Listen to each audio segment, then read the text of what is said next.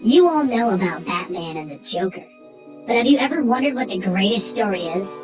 The one story that seems to stand the test of time and tells a truly dark Batman tale?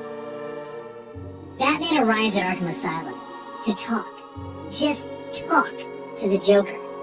He wants to try and reach out to this man. Their fights are going to end in death. One of them will eventually die.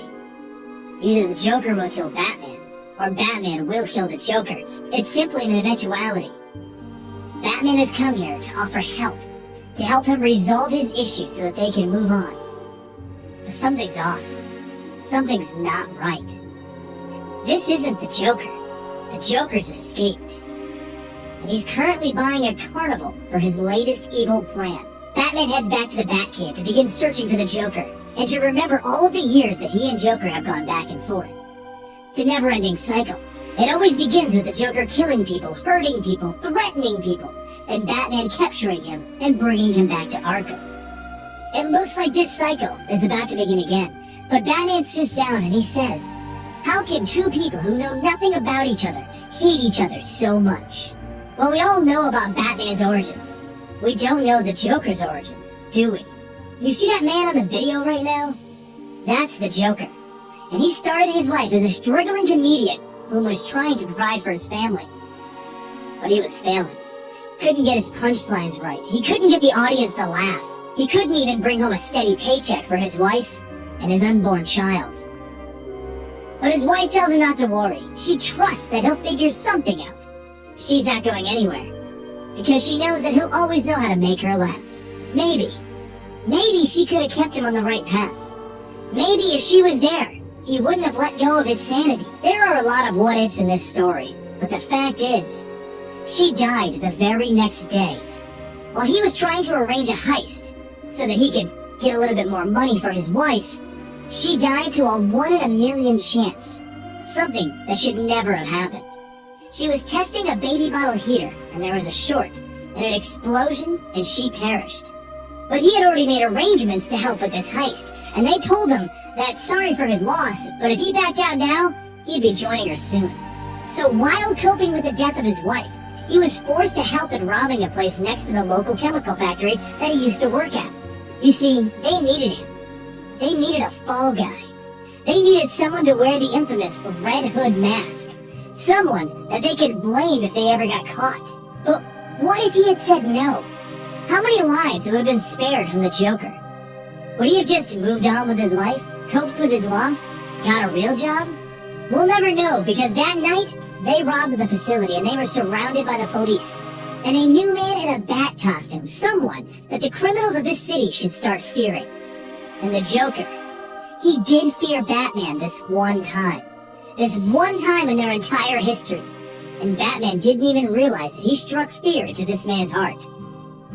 Scared of Batman, the Joker fell off the balcony and into the chemicals below.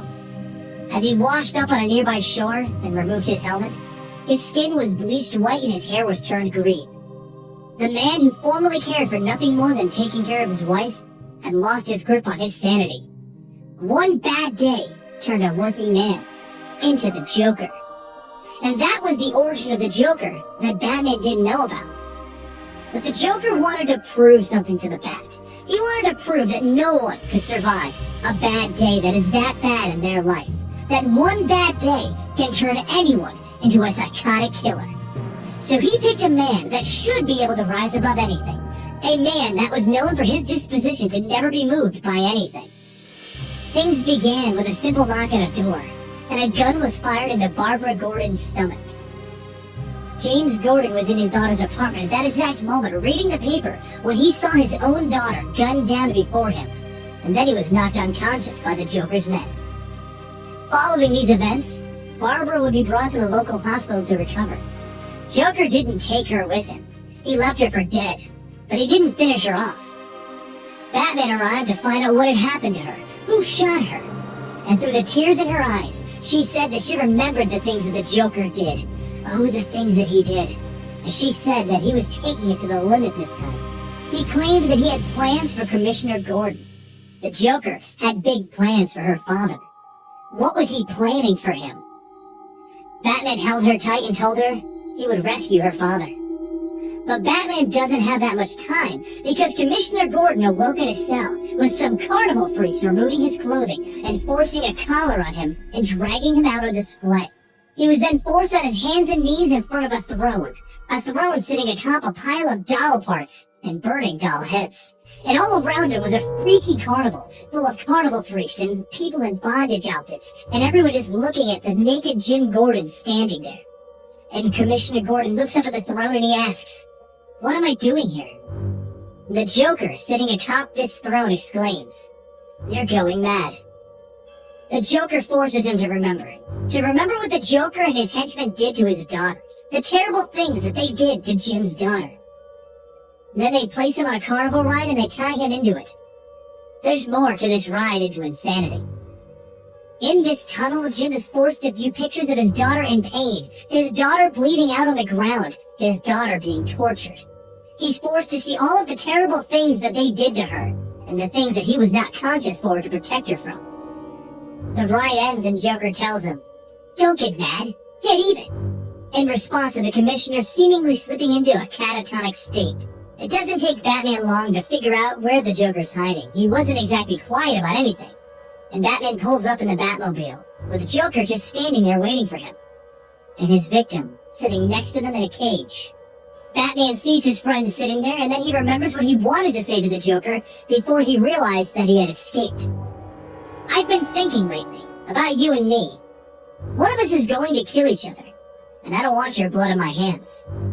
Batman jumps on the Joker, ready to start this fight, but the Joker squirts him with some acid, and he runs away, laughing. Batman then turns to Commissioner Gordon in the cage. Is he crazy? Did he go mad?